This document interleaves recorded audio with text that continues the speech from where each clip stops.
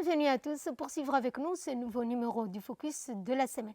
Le chef de l'État Ismaël Omar Guelleh a reçu des mains de la présidente de la Cour des comptes le rapport de la Cour des comptes de l'année 2022-2023. Le président de la République, son Excellence Ismaël Omar Guelleh, a reçu au Palais de la République le rapport annuel public de la Cour des comptes de la discipline budgétaire pour la période 2022-2023. La remise du rapport annuel de la Cour des comptes et de discipline budgétaire au chef de l'État a été effectuée par la présidente de cette institution, Mme Ismahan Ibrahim Mahmoud, accompagnée de ses principaux collaborateurs. À l'issue de cette entrevue dédiée à la remise du rapport général annuel de la Cour au chef de l'État, Mme Ismahan Mahmoud s'est exprimée au micro. Elle indiquait que le premier exemplaire du rapport général annuel de la Cour des comptes de discipline budgétaire a été remis au président de la République. Mme Ismahan Mahmoud Ibrahim dit en substance que les résultats du contrôle traditionnel du budget de l'État des années 2021-2022, la Cour des comptes a mis l'accent sur les activités de gouvernance interne, socle sur lesquels reposent ces activités de contrôle de qualité et de professionnalisme requis conformément aux règles et aux principes de standards internationaux. Ce rapport contient d'importantes observations, des recommandations visant à accroître le niveau de transparence financière, la gestion administrative de nos différents établissements publics. À poursuivre, la présidente de la Cour des comptes a-t-elle ajouté. La présidente de la Cour des comptes était accompagnée de ses principaux collaborateurs, rappelant que le ministre de la Justice, des Affaires pénitentiaires chargé des droits de l'homme, M. Ali Hassan Bahdol, le secrétaire général de la présidence, M. Mohamed Abdullahi Ouaes, ainsi que la conseillère juridique du président, Mme Souad, ont pris part à cet entretien. Nous allons parler de diplomatie où le chef de l'État Ismaël Omar Guelleh a reçu une délégation conduite par le ministre des Affaires étrangères d'Italie. Le président de la République, son Excellence Ismaël Omar Guelleh, a reçu au Palais de la République le vice-président du parti Prosperity au pouvoir en Éthiopie, M. Aden Farah, à la tête d'une importante délégation de son pays.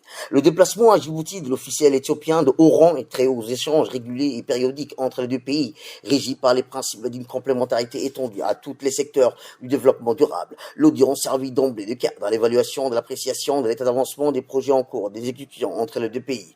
Les discussions serviront ensuite d'opportunité aux deux parties pour définir des modalités plus soutenues, mise en œuvre des partenariats stratégiques en vigueur entre elles.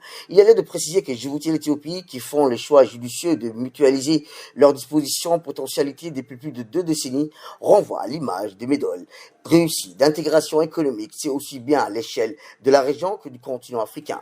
Lors de son rencontre, le chef de l'État, M.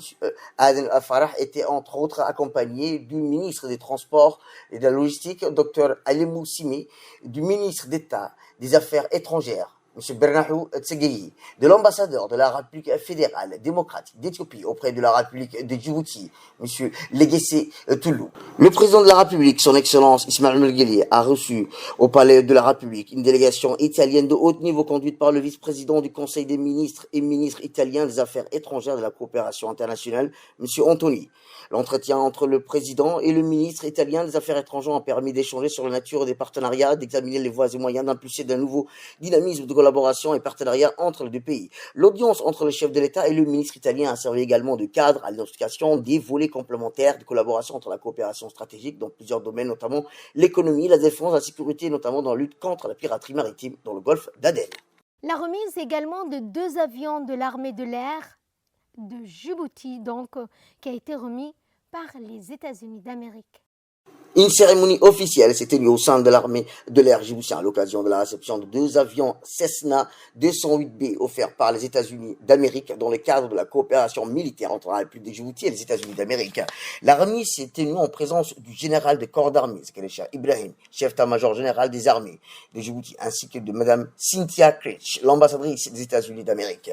Les 2 Cessna 208B viennent ainsi consolider les capacités de surveillance aérienne de l'armée de l'air djiboutienne dans un contexte régional où la sécurité et la protection des espaces souverains constituent un enjeu majeur.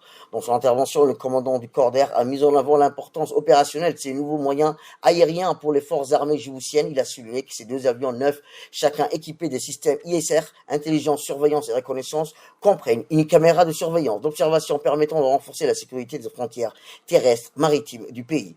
L'ambassadrice américaine a réaffirmé l'engagement des États-Unis d'Amérique auprès du Djibouti en matière de coopération, de défense et de sécurité. Également dans ce focus, nous allons parler de la clôture de la semaine de la langue arabe qui s'est tenue sous l'égide du ministre de l'Éducation nationale de la formation professionnelle Moustapha Mohamed. Être fêté comme il se doit, une fête qui s'est déroulée toute la semaine durant les établissements scolaires de tout le pays. Cette belle matinée a été émaillée par des chants et des danses folkloriques. C'est aussi des moments lyrisme et d'un très long moment de communion. Les élèves des écoles publiques et du privé ont offert au public des merveilles spectacles. La ville martyre de Gaza était au cœur des poèmes déclamés, des discours officiels, surtout l'ambassadeur du Yémen qui s'est ému du sort terrible de la population de Gaza qui a touché particulièrement la communauté arabo-musulmane à travers le monde. Il a profité de l'occasion pour rappeler que la langue arabe est celle de la révélation du Saint-Coran, qu'il s'agissait d'un instrument essentiel. De son côté, le ministre de l'Éducation nationale de la formation professionnelle a indiqué que les interventions officielles, il a souligné la politique ambitieuse et cohérente de son département, conformément à la feuille de route du président de la République, son Excellence Ismaël Merguele, pour favoriser la plein épanouissement de la langue arabe. Une politique qui s'est traduite par la modernisation profonde du curricula, une formation rigoureuse des cadres pédagogiques et une optimisation des méthodes d'enseignement, renforçant ainsi sa présence à tous les paliers du système éducatif. Lancement officiel de la deuxième édition de la Semaine nationale des patrimoines. De quoi était-il question? Réponse dans ce commentaire. Le ministère de la Jeunesse et de la Culture, en collaboration avec l'Organisation des Nations Unies pour l'UNESCO, a organisé à la Bibliothèque Archives nationale la cérémonie de lancement officiel de la deuxième édition de la Semaine nationale des patrimoines, placée sous le thème cette année, Patrimoine et développement durable, transmettre pour construire l'avenir. Cette édition vise à remettre en lumière le rôle central du patrimoine culturel et documentaire, dont la préservation, l'identité nationale, la cohésion sociale et le développement durable. La cérémonie d'ouverture s'est tenue en présence du directeur général de l'Agence nationale du patrimoine culturel, M. Mohamed Hussein Dehalé, ainsi que des responsables et cadres du ministère de la Jeunesse et de la Culture. La cérémonie de lancement a été marquée par la tenue d'un panel de réflexion intitulé « Le rôle des archives dans la cohésion nationale, la transmission intergénérationnelle », suivi d'un échange autour du thème « Construire l'histoire grâce aux archives ». Les panélistes ont mis en exergue les valeurs des archives comme mémoire collective, outil de connaissance historique et fondement du vivre ensemble. Alice Abier, cette fois, il y a eu la 7e édition de la foire régionale. Les détails avec Samater Saïd. Sous l'égide du secrétariat d'État chargé des investissements et du développement du secteur privé, l'antenne des jeunes entrepreneurs d'Ali affiliée au club des jeunes entrepreneurs djiboutiens avec l'appui sans faille de la préfecture et l'instance régionale de centralisation ont organisé la 7e édition de la foire régionale d'Aska dans le Hal Horia. Des cérémonies durant 3 jours consécutifs, du jeudi, ainsi aux premières heures de la matinée du premier jour, la secrétaire d'État chargée des investissements et du développement du secteur privé, Safia Mohamed Ali Gadile, accompagnée par le ministre du Commerce et du Tourisme, Mohamed Rossam Abdiri, du député Abdi Khairbouh, ainsi que des hauts responsables ont pu visiter le hall et le préfet de la région. Rappelant que la présidente du club des jeunes entrepreneurs d'Ali Sebier et des nombreux responsables régionaux ont officiellement déclaré ouvert cette 6e édition de la foire régionale organisée cette fois-ci sous le thématique jeunesse créative, femmes leaders au cœur du développement régional. Notons également la participation de haut cadres de l'armée nationale, de la gendarmerie et des forces de police. Cette 7e édition de cette foire régionale qui s'est avérée encore un talent et une occasion en or pour les jeunes et les femmes artisanes en plein des talents de créativité comme un premier jour. Nous allons parler de ces pluies, ces précipitations qui ont eu lieu cette semaine sur l'ensemble du territoire national et plus précisément à la capitale.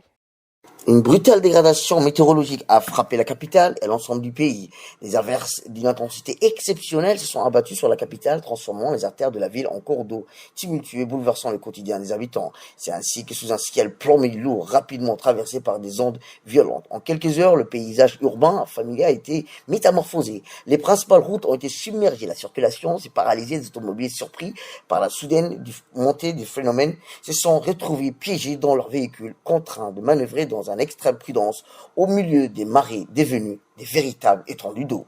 Les conséquences de ces intempéries ont été palpables dans toute la capitale. L'accès à de nombreux commerces a été compliqué. La voie impossible, les habitants quant à eux font preuve de résilience, partageant des informations sur les axes impraticables via les réseaux sociaux et venant en aide aux automobilistes en difficulté.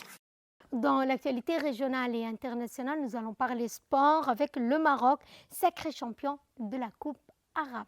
La sélection marocaine de football a remporté la Coupe d'Arabe pour la deuxième fois de son histoire à l'issue d'une victoire spectaculaire face à la Jordanie. Rappelons que la rencontre s'est déroulée devant une influence nombreuse et prestigieuse en présence de l'émir du Qatar, Cheikh Tamim Mohamed Al Thani, ainsi que du lion du président de la Fédération internationale de football, Gianni Infantino. Les lions de l'Atlas ont rapidement pris l'avantage grâce à un but exceptionnel de Salman Tanan dès les 4e minutes d'inscrire une frappe magistrale depuis le milieu du terrain. Au retour des vestiaires, la sélection jordanienne a renversé la dynamique.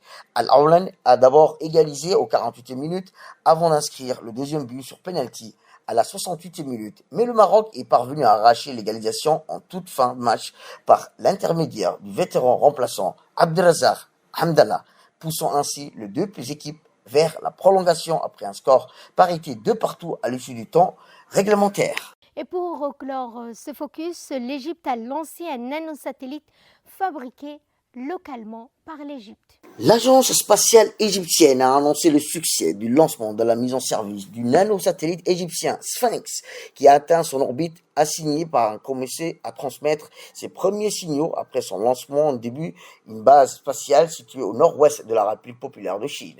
Sphinx appartient à la catégorie des nanosatellites, des engins spatiaux de petite taille dont la masse est généralement inférieure à 10 kg. Il a été conçu comme un laboratoire scientifique en orbite spécialisé dans la mesure des propriétés du plasma dans l'ionosphère. La couche supérieure, l'atmosphère, joue un rôle clé dans la propagation des ondes de communication, la précision des systèmes de navigation et l'interaction avec l'activité scolaire. Selon un communiqué, la présidence du Conseil des ministres égyptien, le satellite a été entièrement conçu, fabriqué, assemblé et testé totalement au sein des laboratoires de l'agence spatiale égyptienne depuis 2022. Et c'est ainsi que se referme ce focus. Merci à vous de nous avoir suivis. Excellente fin de semaine et fin d'année à toutes et à tous.